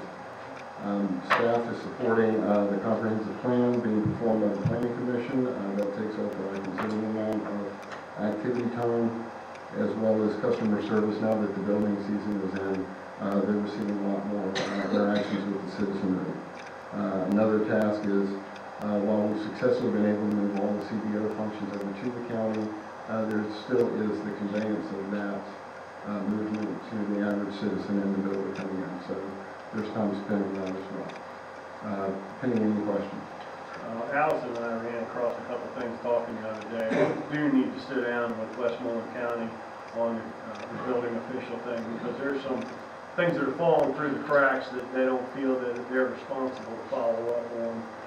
Like if we have an issue where our enforcement officer goes out and sees something that's beyond her scope, they don't necessarily feel like it's their responsibility possibly to respond. That's a little bit of third hand, but I think we probably need to sit down and kind of nail down and make sure, now that we've been doing this a few months, what things are falling between the cracks. The other comment I'd like to make is on the blight on Colonial Avenue. I mean, we went out there, I think we could have done a better job communicating a little bit, but we still went out there to enforce the town's ordinances, which hadn't been enforced for quite some time. And there was some backlash, and now everybody's been allowed to put all their signs back where they were, which is in difference with the ordinance. One thing I do want to point out is the ordinance that is coming up for public hearing is an ordinance that was created in 2017, and we can't change that ordinance, or we've got to cancel the public hearing and start over. So it's not we're not doing a revision right now. When is that coming? The revision? The 2017 is not coming to council. When is the public hearing on that? You said it was scheduled for that. Public hearing for the vendor? No, the sign ordinance, the 2017 Oh, yes. one. So we are currently working on that in committee as the planning commission requested. Yeah, that's not coming to All right, council. I've been meeting with Pam and Right. on this, and I was under the impression that that's what they would bring, into council with the public hearing. And then once that was approved, then we've got to still go in and do a review of all this red line stuff that we got from Andrea Rard. That's not what's being presented to go. No, because of all of that getting messed up with Andrea and Kelly and all of those renditions, it went back to the planning commission. They are going to have it in committee. They are going to get a final draft for a public hearing there, and we will have a 2020 version of it. But I mean, you're talking months. Well, maybe I'm working with Pam. She asked me to be involved in that. She made it sound like they wanted to go ahead and pass the 17 while we work on another amendment to that for down the road. That's what I was I letting. apologize for the confusion, and we'll get it straight. Thank you. But my point is that, we went to all this effort on Colonial Avenue to do some of this blight reduction, and some of it stuck. But then, It looks a lot better. we've rolled over now on certain people, and I don't quite understand that. There's still the majority of the town signage that does not meet the ordinance. And, you know, we didn't write the ordinance. It's been in place since 2013. It just hasn't been enforced. And, you know, we've got to enforce what's on the books until we change something. And they're not to be in the VDOT right away and so on and so forth. And, you know, we either enforce stuff or we don't, I guess is my point. So are we enforcing things or do we just ignore it?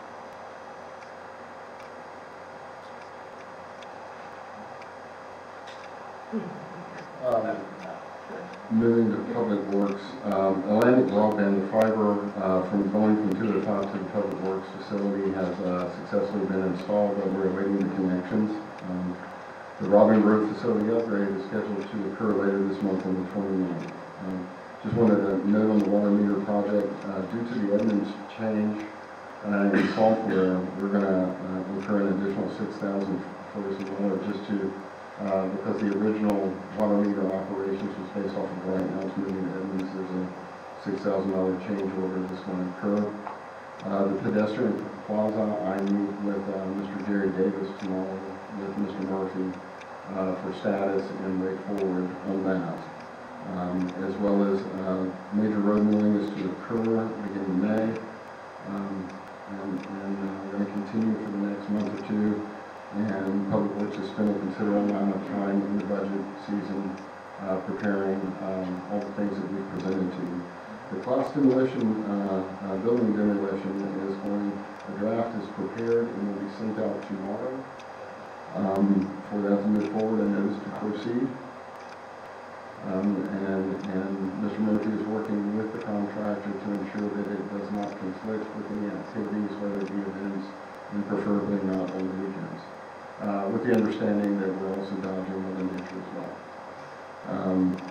Weldon Cooper report has been submitted, as well as the banners have also been installed along Colonial Avenue. It was a great milestone for all parties involved. He finalized and submitted the requisition number 15 for the reimbursement of the Royal Water Project and the pier replacement request for bids have gone out successfully. I think you sent out the notice of award today for all three. And we expect to see movement on that this month, over the next 4 weeks. One question. By the end of the week. Correct. The bid documents that were revised for the pedestrian plaza, they are at VDOT right now, They're back at VDOT now. and the revisions were made by Cornwell. No, they came back to me and I ended up doing the revisions. You did the revisions, okay. And do we expect now to have a favorable, ready to go to bid answer? I hope. I'm concerned about their review time, VDOT's review time. What is the normal review time for VDOT? I hate to guesstimate. I asked that question as early as yesterday. Who's reviewing them, who's the point of contact there? It is, I know who she is. Maybe you can get Jerry Davis. that we intend to discuss with Jerry Davis. Great, thank you. I really appreciate that. I mean, it's not like it's structure, it's all front end, general condition issues. It's nothing to do with the actual construction. Jerry should be able to help you. We believe Mr. Davis will be able to facilitate moving that forward. Another quick question. How long once the bid is taken, blah, blah, blah, blah, how long will it take to get them finished approximately? Oh, Okay. yeah, and I did have to get a joint permit put in a joint permit application, just for your information, for town people. So that I anticipate that will be turned around very quickly. Okay, thank you. Okay. Council, pending any of your questions or anything else, this concludes the department reports. Thank you. All right, item 11, new business.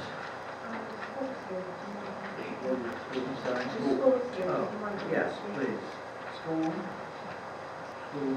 Mr. Turner, would you like to speak? I don't mean to put you on the spot, but you weren't here when I called you, so when we did the presentations. It's fine, it's fine. Standard stuff.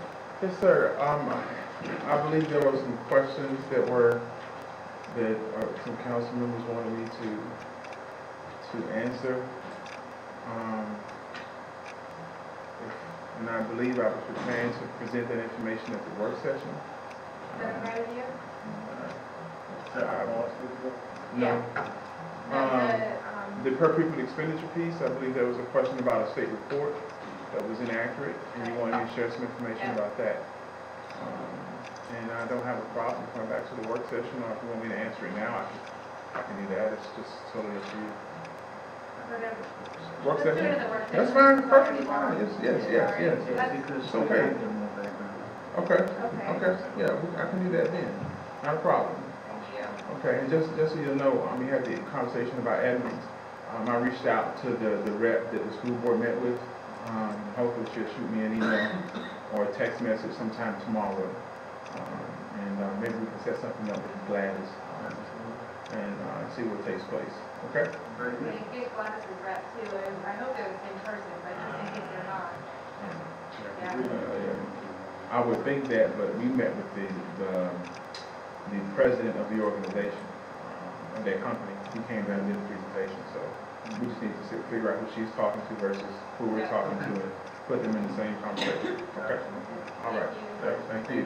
But other than that, everything's going well with the school division. We appreciate your support. Okay? Thank you, Mr. All right. Thank you. Appreciate that. Next on the agenda.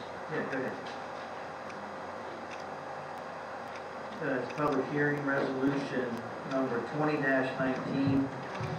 The intent to lease town-owned waterfront property individuals for construction and/or maintenance of docks or piers. It's in tab C of our books. This is an addition to what was already passed at the last meeting. What happened was somehow we missed part of the map, so we needed to add Beach Avenue area to this map and to this public hearing as well. The other portion did pass. So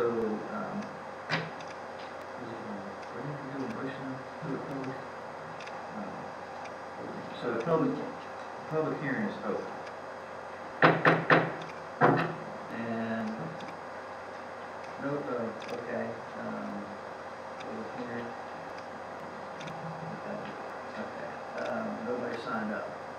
So that doesn't always mean somebody doesn't have something to say, so I give you a quick moment if you have something to say.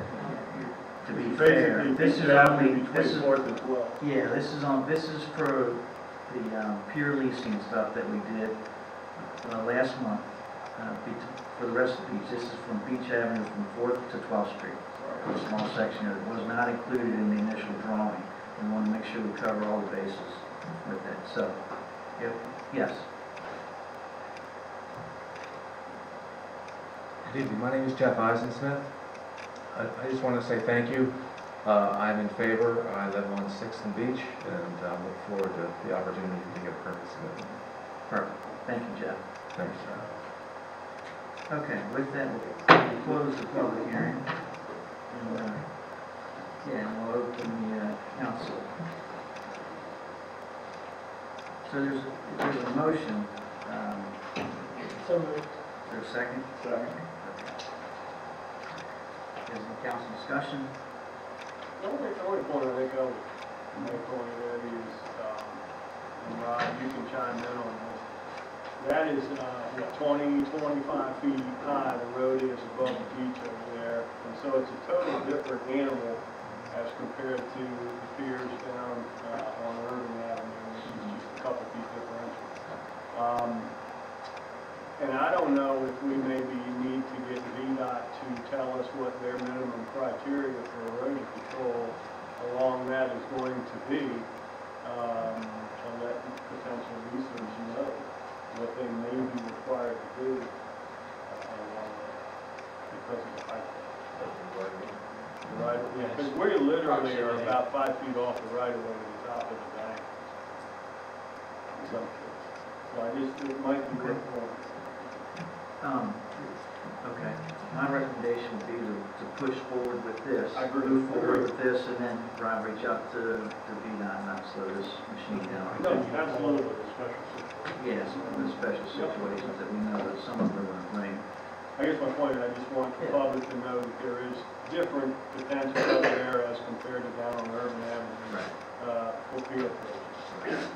There's also probably a lot more disturbance when you build up here, there, you're disturbing the riprap.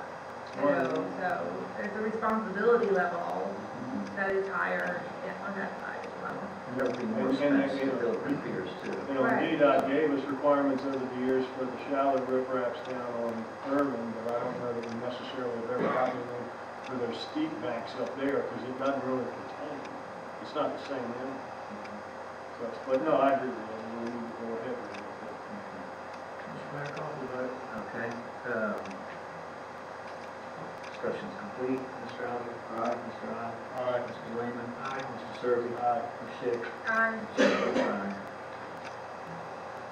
All right, motion passes. Next on the list is public hearing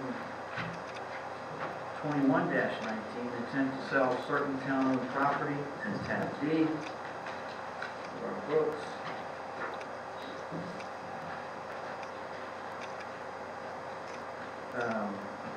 We'll go to public comment at this time. I have Ms. Reiner.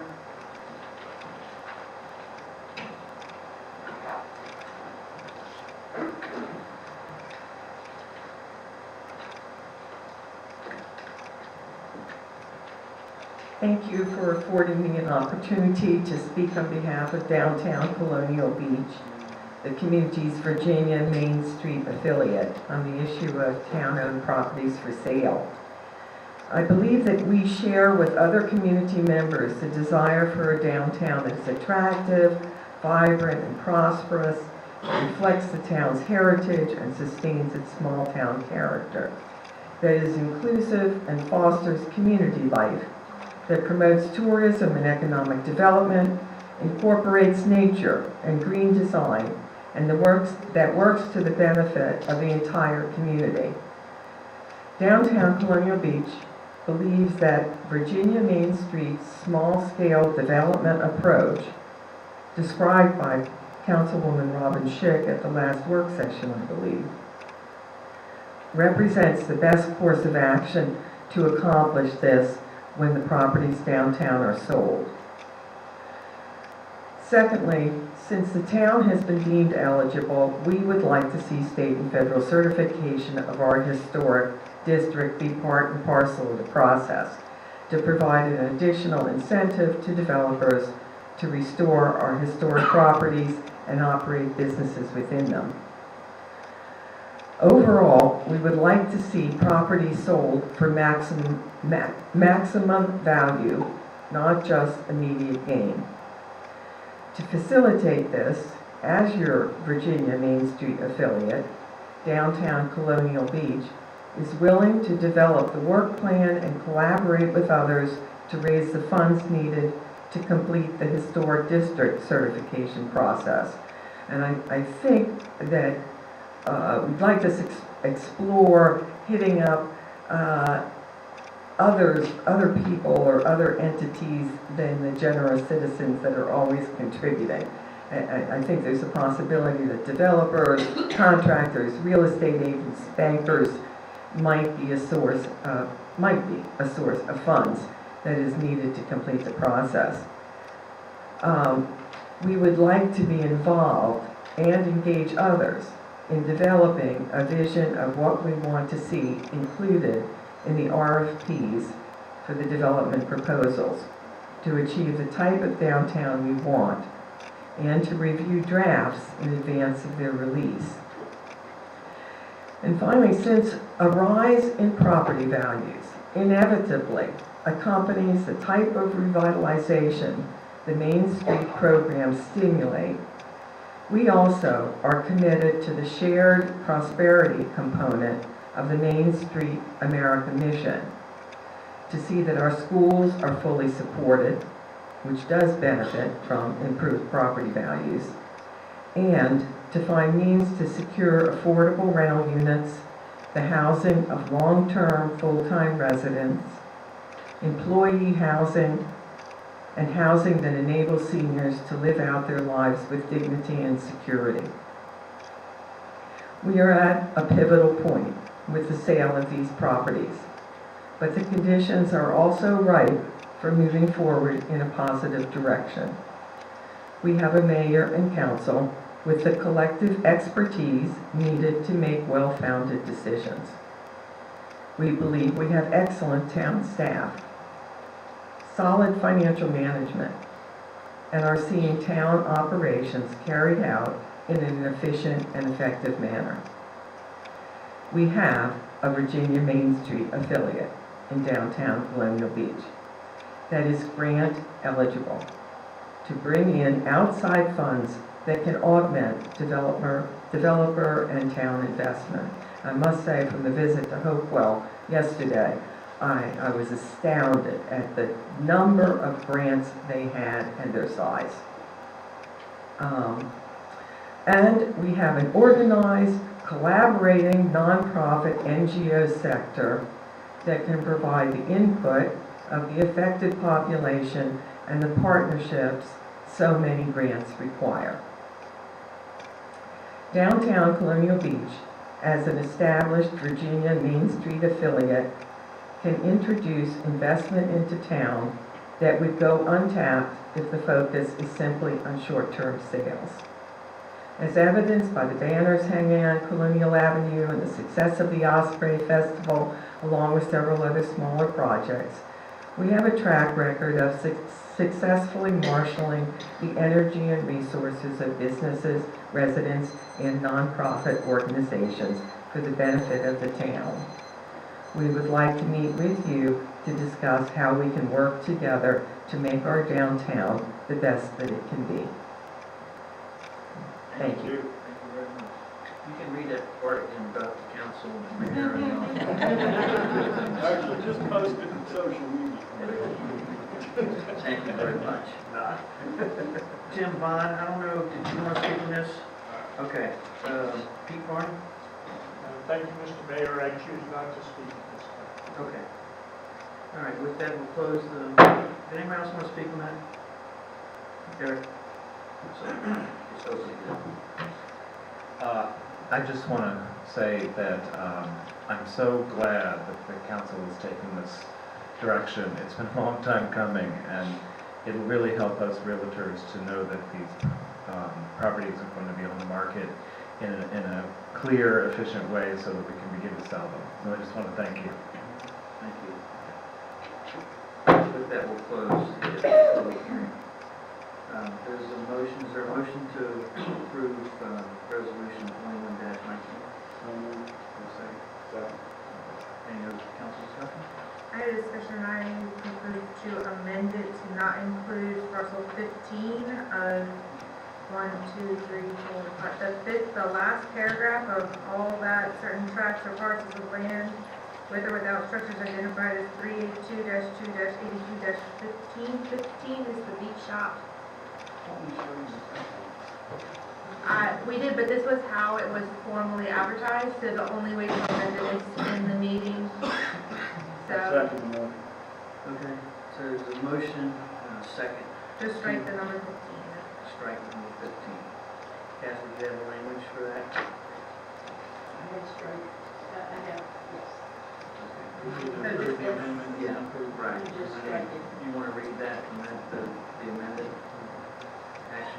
It was a grammatical error. Yeah. We're just fixing it. Okay. No other things in it that we want to make sure, so that way we can do it all at once, but one at a time. That was the only one, but we were expecting a second public hearing for the rest of it.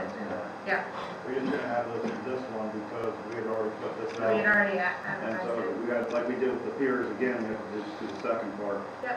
later on. Okay, so, Yes, sir, so the only thing that we're changing is that we're deleting in the last paragraph, all that certain tracts and parcels of land, we're deleting the numeral 15, number 15. So that will no longer be a part of this resolution. is there a motion to approve it?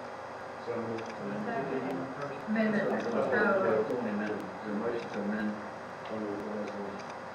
my motion to amend, somebody I seconded second. it. He said it's definitely. Everybody Any in favor? discussion on the amendment? Mr. Allen? Aye. Mr. Allen? Aye. Mr. Lane? Aye. Mr. Serby? Ms. Rhodes? Aye. Ms. Schiff? Aye. Chair votes aye. Back to the original, now amended version, 21-19. Any discussion? I'd like to invite a member of the DCD to join me at the DHCD conference in May. I can forward you an invitation to it. You do have to pay. What's the date? 16th. 16. So if you want to really get involved and be a part of the RFPs and the whole process, I would really appreciate you coming to the DHCD and getting educated then by that program so that we're all on the same page. We'll vote on this now. It may not be me. Mr. Allen? Aye. Ms. Allen? Aye. Mr. Lane? Aye. Mr. Serby? Aye. Ms. Rhodes? Aye. Ms. Schiff? Aye. Chair votes aye. Motion passes.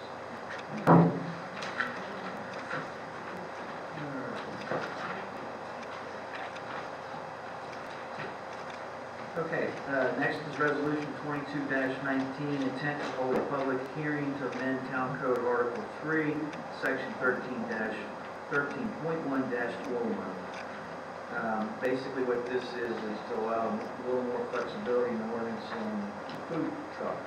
They're on sale, town property. So, in lieu of waiting for the planning commission to have to do their diligence and every good thing, we probably could get something moving for the summer months and hopefully utilize the food trucks. Is there a motion to approve? Or is this a motion to approve to have a public hearing? That would be May 1st? That we, May 1st, it's advertised. Okay, correct. 17th and 24th. Is there a second? Second.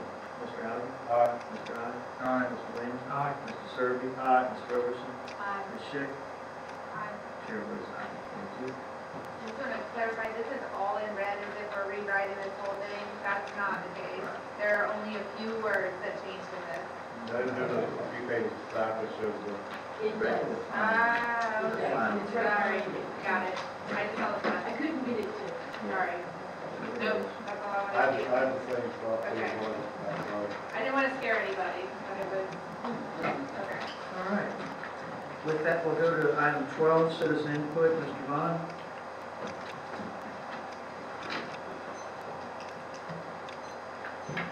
Good evening, Mr. Mayor, Council. I'm here just to follow up on my Santa Maria project since I see it's not on the agenda for this week. My previous meeting with Mr. Robeson was before the work session. He made me aware that the drawings were in from Jeff Howe. Has this process got to be voted on before the works get done? Can we get a kind of a time frame when it's going to get started? We are going to get into the mosquito season, and we still have standing water.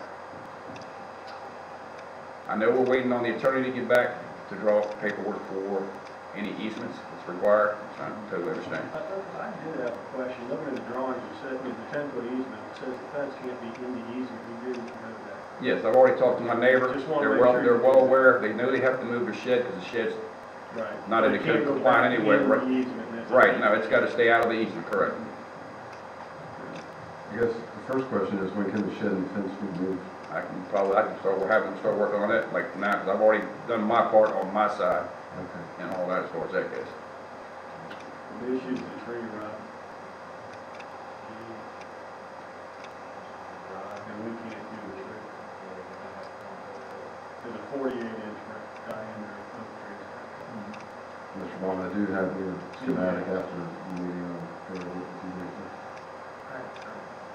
I haven't started the process with Mr. Bond and the neighbor. I assume that there'll probably be another gathering of some folks up there at the property, walk through it again with, correct?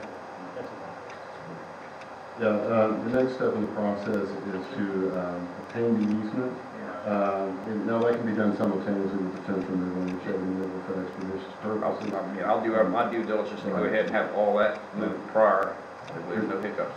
The uncontrollable variable, as Mr. Serby pointed out, is the tree. We would have to contract that out, and that is kind of a weather dependent thing, but I feel confident that we on our side are running it for, once that easement is established.